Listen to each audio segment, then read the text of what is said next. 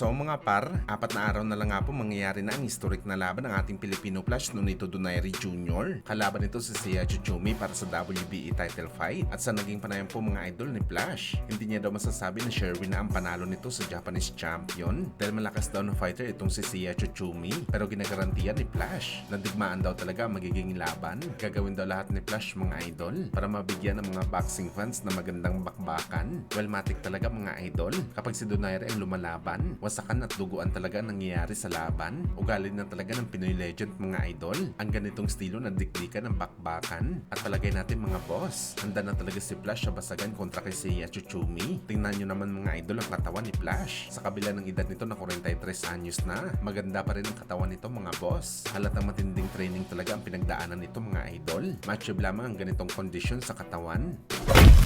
Samantala matapos nga po ang mainit na banat ni Terence Crawford sa ating pambansang kamao Manny Pacquiao noong panahon na hinamon siya ni Crawford na pareho pa sila lumalaban sa top rank promotion dahil alam daw ni Pacman na matatalo siya kay Crawford kaya ito umiwas. Kung saan mga idol, personal na nga po sumagot si Pacman sa panayam nito kay LS Setback ng ES News at isang linya lang sinabi ni Boss Manny mga idol. Maswerte daw si Crawford na hindi sila naglaban noong panahon noong sinasabi ni Crawford na hinamon niya si Pacman at sangayon talaga tayo mga idol sa mga sinabi ni Boss Manny. Maswerte talaga si Crawford na hindi sila naglaban ni Pacman dahil kung natuloy mga idol, malaki ang tsansa na hindi na ngayon undefeated si Crawford. At kagaya sa sinabi natin mga idol, hindi kailangan ni Pacman na labanan dati si Crawford sa mga oras na hinahamon niya ang Pinoy. Dahil sa totoo lang mga boss, sino ba si Crawford sa mga panahon na yon? Ano ba ang makukuha ni Pacman sa paglaban nito kay Crawford? Na yung pakibabarom dati mga idol, lugi daw ang mga laban ni Crawford. Palagi daw bonus si Tanda sa mga laban ni Crawford. At ito ang dahilan mga boss, bakit mas pinili ni Pacman na labanan si Thurman at Broner? Dahil kung tutusin mga idol,